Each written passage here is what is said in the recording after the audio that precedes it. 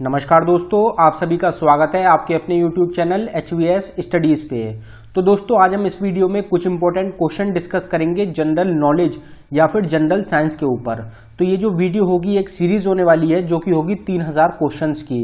जी हाँ दोस्तों, 3000 क्वेश्चन जो है वो हम डिस्कस करेंगे जनरल नॉलेज या फिर जनरल साइंस के ऊपर, जिसका कि हम पहला पार्ट जो है वो डिस्कस करेंगे इस वीडियो में। इस वीडियो में हम टोटल 30 क्वेश्चन डिस्कस करेंगे जो कि सभी रिपीटेड क्वेश्चंस होंगे, पहले काफी बार एग्जाम्स में पूछे जा चुके हैं। तो अगर आपने अभी तक हमारे चैनल को सब्सक्राइब नहीं किया है तो हमारे चैनल को सब्सक्राइब कर लें और साथ ही बेल आइकन को दबाएं लेटेस्ट अपडेट के लिए। तो चलिए दोस्तों स्टार्ट कर लेते हैं हम अपनी वीडियो, देखते हैं हमारा पहला क्वेश्चन क्या है। तो दोस्तों हमारा पहला क्वेश्चन है, which of the following is the first calculating device. तो दोस्तों ये जो ऑप्शन दिए गए हैं इनमें से कौन सा पहला कैलकुलेटिंग डिवाइस था। तो हमारा आंसर हो जाएगा अबेकस। अबेकस जो था ये सबसे पहला कैलकुलेटिंग डिवाइस था, तो ये आपको पता होना चाहिए। आगे देखते हैं अपना अगला question, who invented mechanical calculator called Pascaline. तो दोस्तों मैकेनिकल कैलकुलेटर जो है पास्कलाइन, उसकी जो खोज करी गई थी, उसकी जो इन्वेंशन करी गई थी वो किसके द्वारा करी गई थी। तो हमारा आंसर हो जाएगा ब्लेज पास्कल। ब्लेज पास्कल जो हैं इनके द्वारा इन्वेंशन करी गई थी या फिर खोज करी गई थी मैकेनिकल कैलकुलेटर पास्कलाइन की। तो दोस्तों इन्वेंशंस के ऊपर काफी बार एग्जाम्स में क्वेश्चन पूछे जाते हैं। ये जो टॉपिक रहता है ये काफी इंपॉर्टेंट टॉपिक रहता है आपके एग्जाम्स के लिए। आगे बढ़ते हैं अपने अगले क्वेश्चन की तरफ, who is known as the father of medicine. तो दोस्तों इसका आंसर आपको ज्यादातर पता ही होगा कि फादर ऑफ मेडिसिन किसको कहा जाता है। तो हमारा आंसर हो जाएगा हिप्पोक्रेट्स। तो दोस्तों हिप्पोक्रेट्स जो हैं इनको फादर ऑफ मेडिसिन के नाम से भी जाना जाता है। तो ये आपको पता होना चाहिए, काफी बार एग्जाम्स में क्वेश्चन पूछा गया है।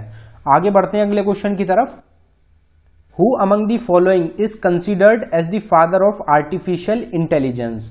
तो दोस्तों इनमें से कौन सा व्यक्ति है जिसको कि फादर ऑफ आर्टिफिशियल इंटेलिजेंस के नाम से भी जाना जाता है। तो हमारा आंसर हो जाएगा जॉन मैकार्टी। जॉन मैकार्टी जो हैं इनको फादर ऑफ आर्टिफिशियल इंटेलिजेंस के नाम से भी जाना जाता है। जो आर्टिफिशियल इंटेलिजेंस होती है उसमें काफी बड़ा योगदान था जॉन मैकार्टी का, इसलिए इनको जो है फादर ऑफ आर्टिफिशियल इंटेलिजेंस कहते हैं। तो ये आपको याद रखना है, इंपॉर्टेंट रहेगा।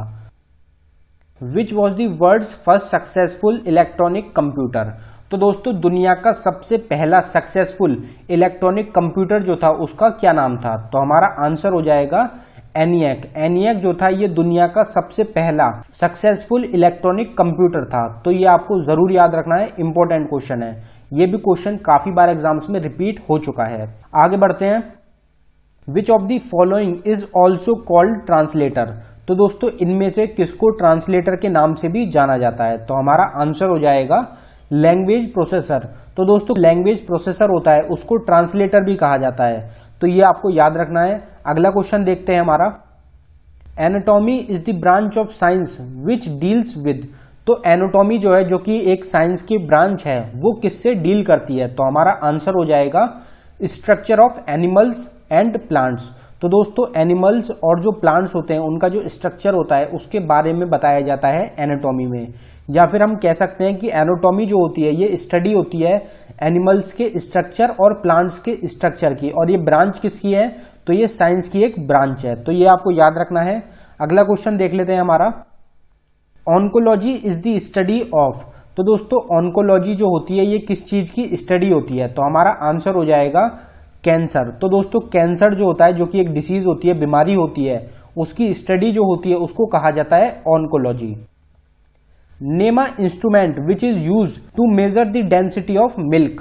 तो दोस्तों मिल्क का जो गाढ़ापन होता है, जो डेंसिटी होती है, उसको नापने के लिए कौन सा इंस्ट्रूमेंट यूज किया जाता है।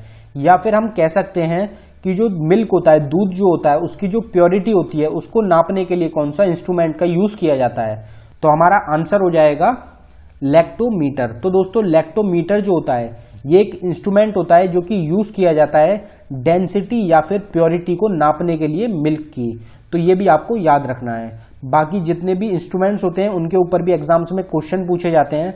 तो इन सब के ऊपर हमने एक सेपरेट वीडियो बनाई हुई है जिसका लिंक आपको डिस्क्रिप्शन में मिल जाएगा, या फिर आप हमारी वीडियोस में जाके देख सकते हैं। ये जो सब टॉपिक्स होते हैं इनके ऊपर आपको सेपरेट वीडियोस मिल जाएंगी।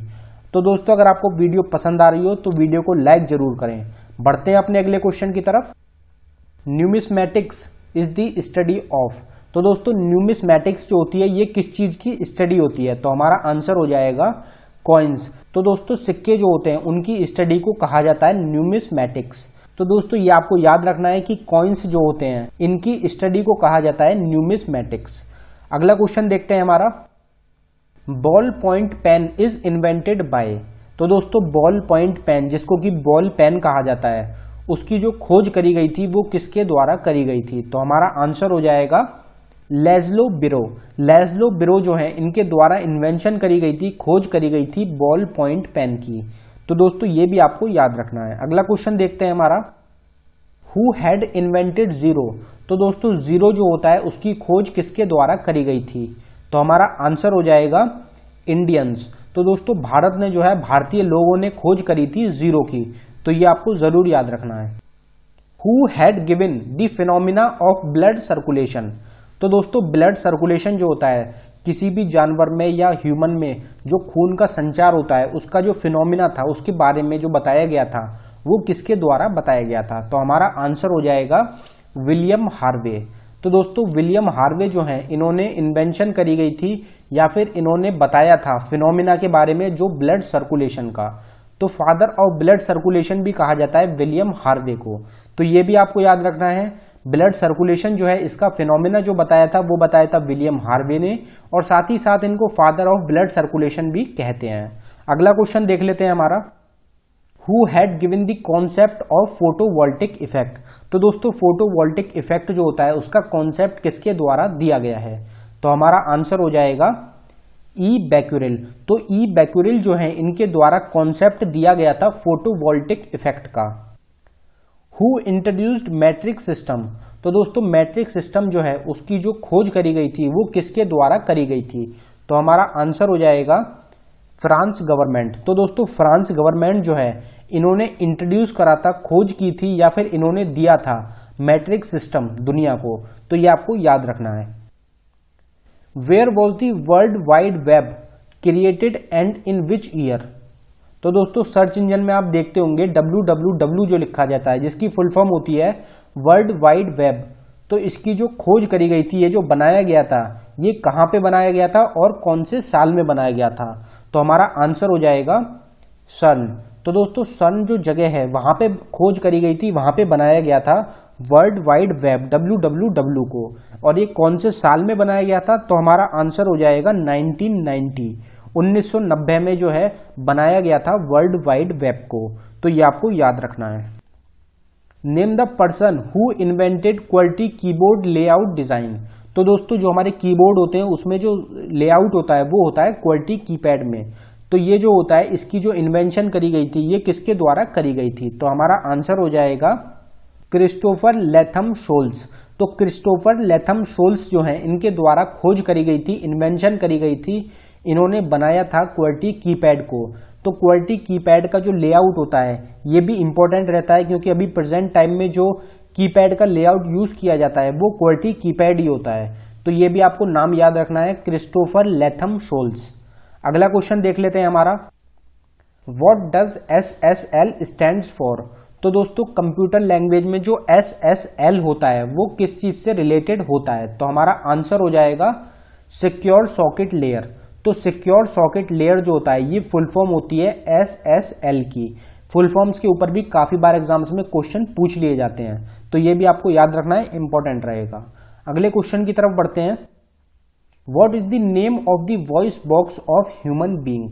तो दोस्तों ह्यूमन बीइंग जो है उनका जो वॉइस बॉक्स होता है उसको किस नाम से जाना जाता है? तो हमारा आंसर हो जाएगा सेरेनिक्स। तो दोस्तों सेरेनिक्स जो होता है ये वॉइस बॉक्स होता है ह्यूमन बीइंग का।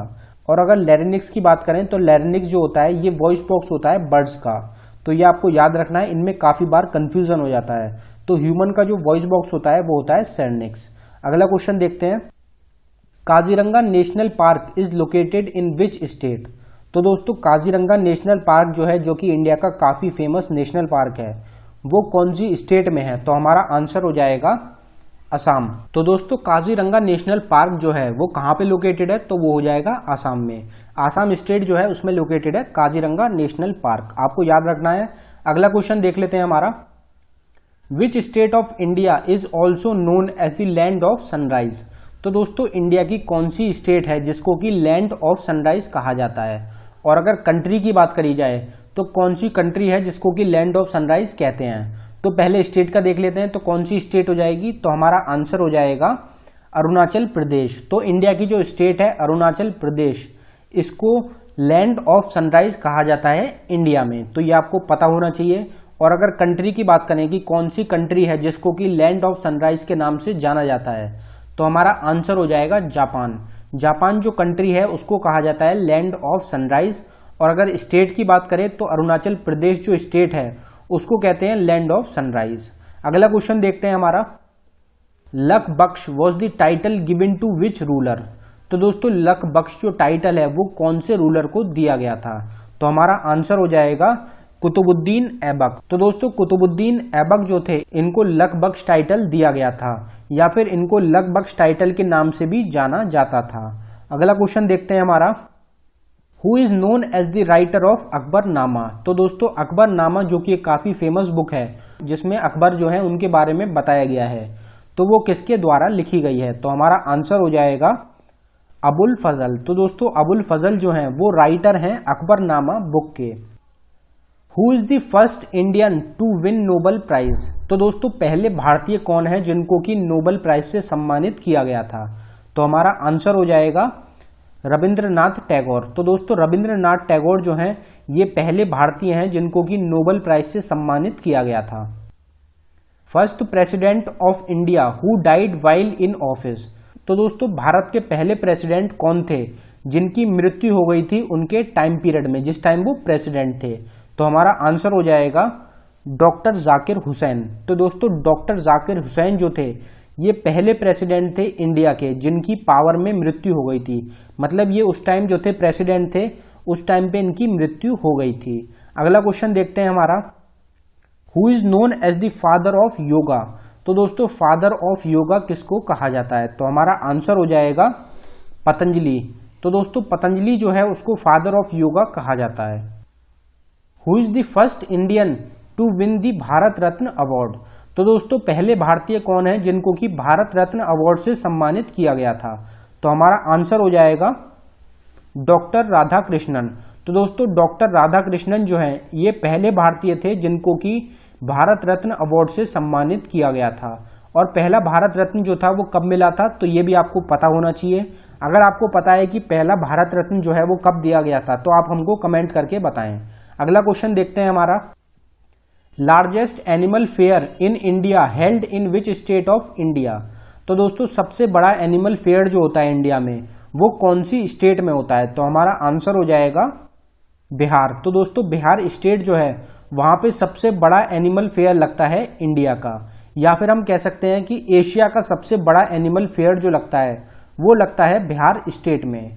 आगे बढ़ते हैं, which is the largest fresh water lake of India. तो दोस्तों इंडिया का सबसे बड़ा फ्रेश वाटर लेक जो है वो कौन सा है। तो हमारा आंसर हो जाएगा वुलर लेक। तो दोस्तों वुलर लेक जो है ये इंडिया का सबसे बड़ा फ्रेश वाटर लेक है। और ये कहाँ पे लोकेटेड है, तो ये लोकेटेड है जम्मू एंड कश्मीर में। World peace day is observed every year on. तो दोस्तों हर साल वर्ल्ड पीस डे जो होता है ये कौन सी तारीख को मनाया जाता है। तो हमारा आंसर हो जाएगा 1 जनवरी। तो दोस्तों हर साल 1 जनवरी को मनाया जाता है वर्ल्ड पीस डे। तो ये जो था ये हमारी वीडियो का आखिरी क्वेश्चन था। अगर आपको हमारी वीडियो पसंद आई हो तो वीडियो को लाइक करें, और अगर आपने अभी तक चैनल को सब्सक्राइब नहीं किया है तो हमारे चैनल को सब्सक्राइब कर लें।